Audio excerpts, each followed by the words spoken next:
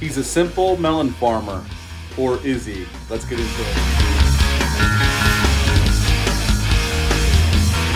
Hey, welcome back to the channel. Hope you're all doing well out there today. If you hear wind or thunder while I'm doing this review, we're getting severe thunderstorms here in North Carolina today. So if I blow away to Oz, you'll know why. But today we're going to check in on our favorite melon farmer. But before we get into it, like, comment, and subscribe. Join me here. I greatly would appreciate that. Today we're going to talk about 1974's Mr. Majestyk. This film actually came out July 17th of 1974. It's rated PG. It's an hour and 43 minutes long. Now this was an original script written by Elmore Leonard, the famous author, and he wrote other scripts over the years. This was not pre-existing, based off a pre-existing novel, the original script that he wrote, although the two main characters in this film are characters from other novels he had written. I do believe, I'm not quite sure, but I believe later on he did write this into a novel, but at the time this was an original script. Richard Fleischer directed this film. Richard Fleischer, sadly the man has passed away, had a very long career doing very different movies across different genres. I mean, he did this film, which is like an action thriller. He did 20,000 Leagues Under the Sea back in the 50s. He did Soylent Green, which is a great sci-fi, dark dystopian movie. Conan the Destroyer in the 80s, Amityville Horror 3D in 83, did Tora in the 70s. He's one of 3 directors listed on that film. So he had a very long and interesting career. Check out his credits online. It's a lot of different genres he covered, and that's pretty cool when a filmmaker does that. Now, our leads in this film are Charles Bronson plays Vince Majestyk, or Mr. Majestyk. Melinda Cristal plays Nancy Chavez. She's a migrant worker who helps Mr. Majestyk out by getting a crew together to help him pick his melons out of the field before they rot so he can make some money.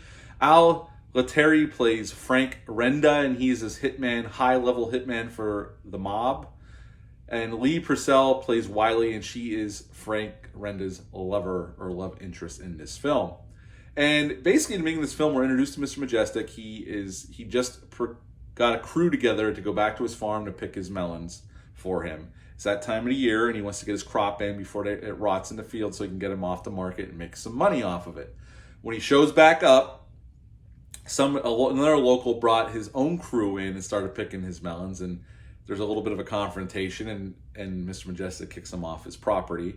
Gets a little violent. He ends up getting arrested, and he ends up meeting Frank Renda in prison or in jail, and the mob stages a breakout when they're transferring Frank Renda and these other prisoners to a more secure holding area at prison. And Mr. Majestyk and Frank Renda get away. Mr. Majestyk's trying to parlay this into making a deal with the cops so he can get out of prison and get his melons picked into market.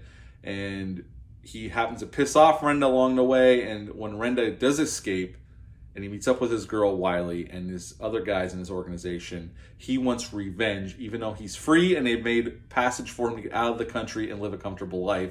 And that is pretty much Mr. Majestyk. It's about this melon farmer who was, we come to find out during the film, because he's not just a melon farmer. He was a Vietnam vet. He was an Army Ranger. He's a Silver Star decorated war veteran.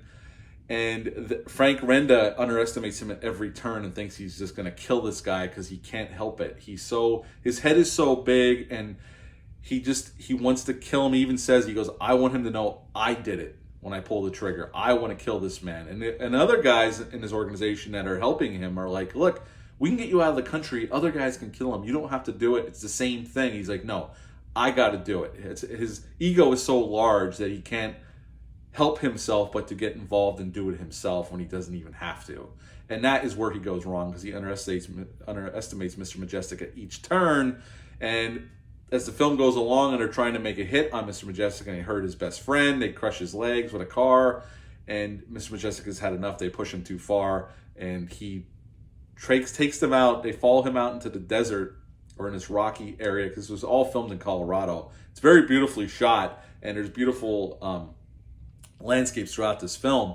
And he basically, even Frank Renda realizes at one point when they're chasing him through these dirt roads and up and around these mountains, he's like, he sucked us in.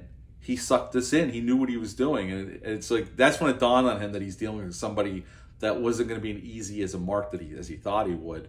And then at the end of the film, Mr. Majestyk ends up killing Frank in a cool scene where Charles Bronson jumps through the window with a shotgun and blasts him right in the chest, and he goes flying out this other window on the other side of the living room in a spectacular ending gun battle at this cabin in the woods.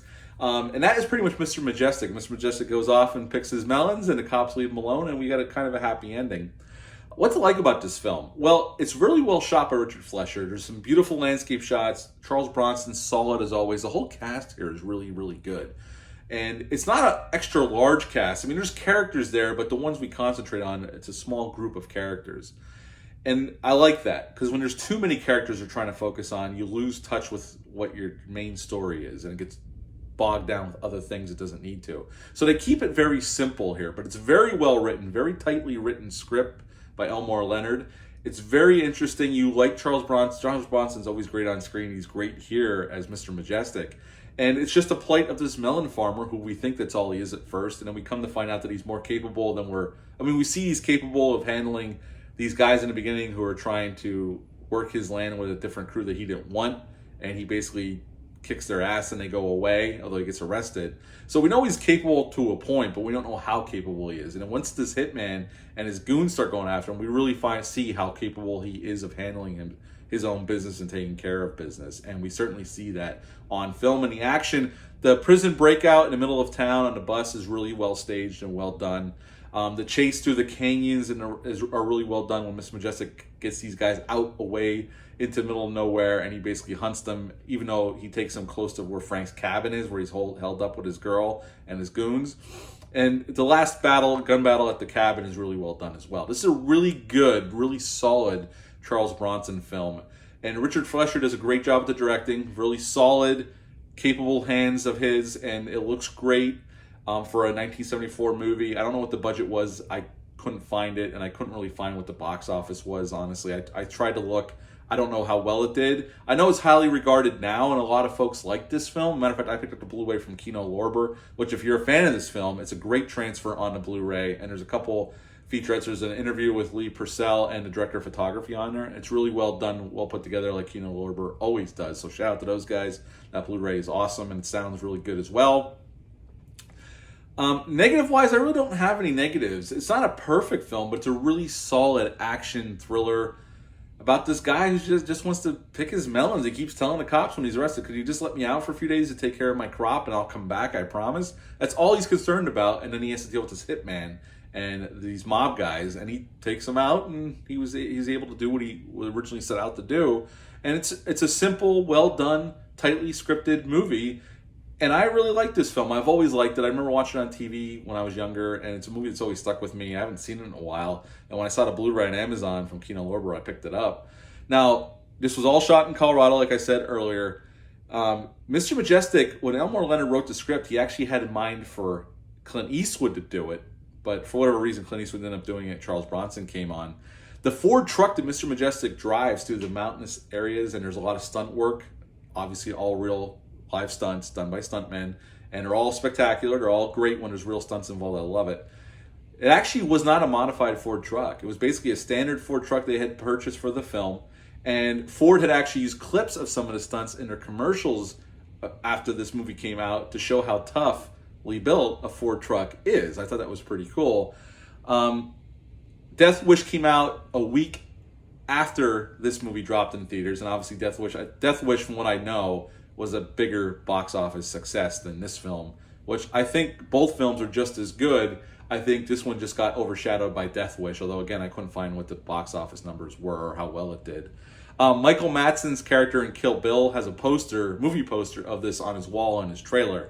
So yeah, so obviously Quentin Tarantino digs Mr. Majestyk, so that's pretty cool as well. This is a really solid, really fun, well-acted, well-directed, well-scripted, little thriller action film. And if you've never seen it, I highly suggest checking it out. It's available on digital. You can get it on iTunes. I'm sure you can get it on other platforms as well. Or if you're a physical media connoisseur like myself, Kino Lorber has a kick-ass Blu-ray on Amazon you can pick up. I think I got it for $16.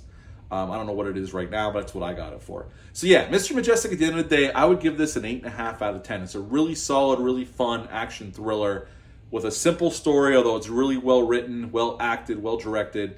And it kicks ass. So yeah, 8.5 out of 10 for Mr. Majestyk. Have you ever seen this film? Leave a comment down below. Let me know. Hit the thumbs up, hit the subscribe button, share this video. I would appreciate that. I'll be back on Friday with the first AVP film. God help me. But until then, bye.